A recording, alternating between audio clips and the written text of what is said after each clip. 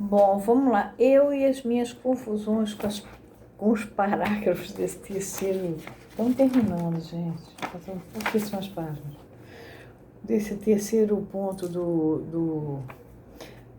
que são as ressonâncias da interpretação do discurso de Roma. A gente, na verdade, viu o 146, que eu pensava que era o 145. Onde ele diz que o sujeito não está nem aí. Mas, na verdade, não está nem aí também significa não compreende, não entende. A gente estava falando da questão do senhor, né? E do escravo. Continua Lacan no 147. Não obstante, ele se esforça por enganar o senhor. Ele quem? Esse analista que está fazendo a formação dele. Através da demonstração das boas intenções manifestadas em seu trabalho. É isso que os bons filhos do catecismo analítico exprimem em sua linguagem rude, ao dizerem que o ego, Lacan bota ego, então fica ego, igual, do sujeito, procura seduzir seu super-ego, o seu super-igual. Essa formulação intrasubjetiva desmistifica-se de imediato ao compreendê-la na relação analítica, onde o working through do sujeito é efetivamente utilizado para a sedução do analista. Working through, trabalhar através de, que é traduzido por perlaboração em português, é o trabalho que o paciente está fazendo, e isso seduz o analista. Olha que fantástico o trabalho que ele está fazendo. A perlaboração. É uma superelaboração da análise, do processo. Tampouco é por acaso que tão logo o progresso dialético se aproxima do questionamento das intenções do ego em nossos sujeitos, a fantasia da morte do analista, muitas vezes sentida sob a forma de um temor ou mesmo de uma angústia, nunca deixa de se produzir. É a coisa mais frequente, né? Ou pelo menos na minha geração era a fantasia da morte do analista. E o sujeito trata de partir novamente numa elaboração ainda mais demonstrativa de sua boa vontade, entre aspas.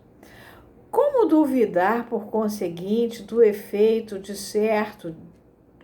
um certo desdém assinalado pelo Senhor quanto ao produto desse trabalho?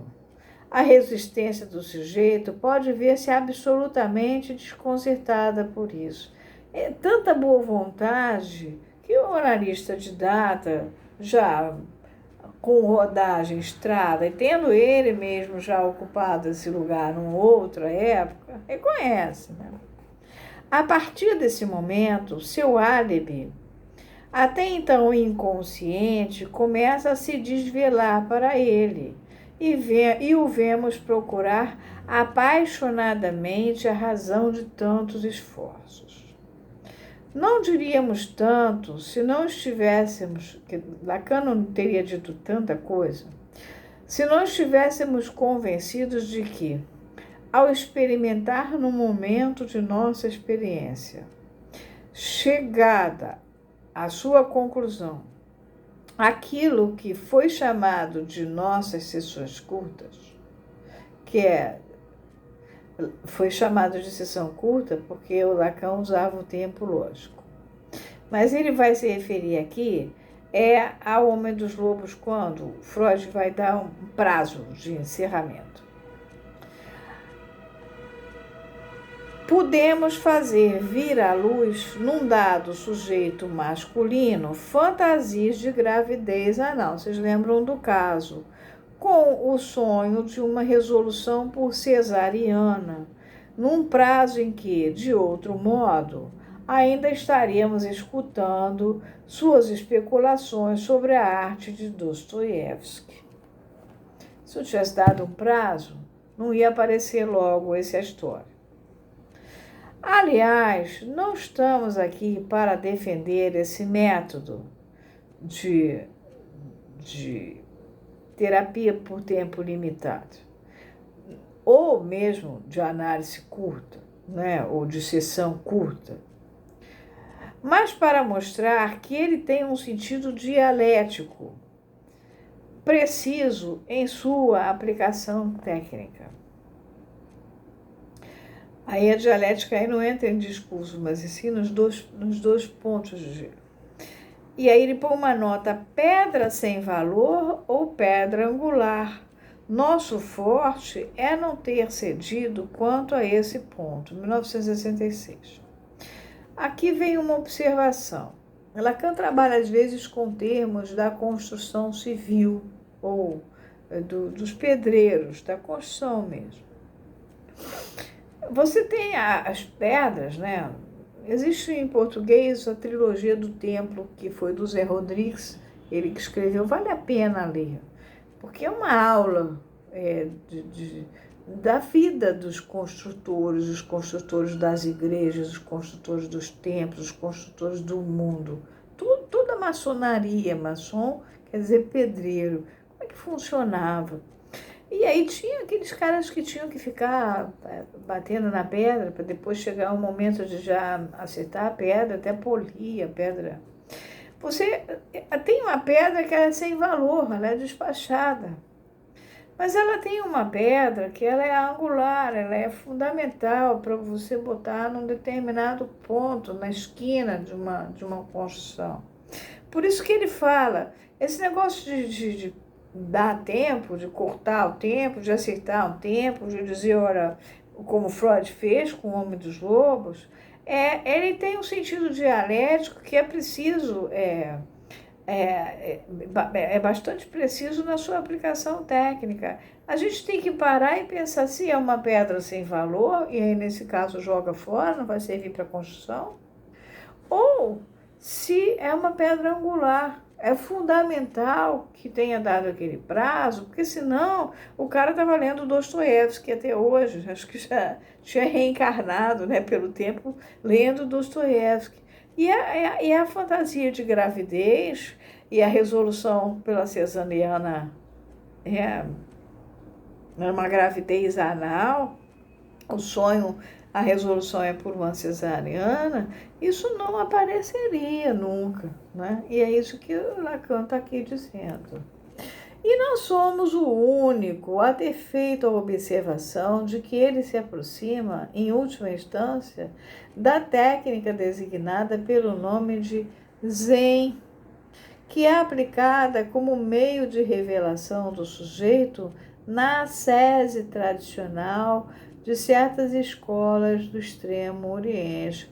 Eu fui ler, aliás, o Zen por causa do Lacan. Eu tinha muita familiaridade com o taoísmo desde os meus 23 anos.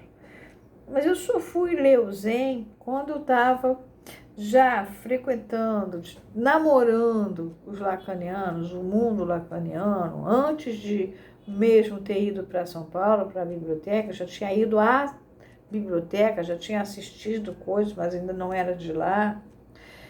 Eu ficava andando por aqui, por ali, porque eu vi que era por ali, e eu fui descobrindo, lendo Lacan, que eu precisava entender a experiência com o Zen. E foi a partir de uma dessas experiências que eu comecei, então, a fazer experiências comigo. E comecei a comer comida integral, eu mesma a separar o arroz. E foi num desses dias que eu estava separando o arroz que eu descobri o que o Lacan queria falar com a singularidade de cada um. Isso faz muito tempo, isso foi entre 89, talvez 87, nessa época que eu comecei eu andava, pegava flores, parava, como se fosse uma meditação, voltava de onde eu vinha, botava a flor num jarro que eu tinha um pontinho, ficava um tempo soltando a cabeça ali. O Zen faz muito bem pra gente. E o Stuart Schneiderman, o livro que ele escreve do Lacan, que eu já mostrei a vocês rapidinho.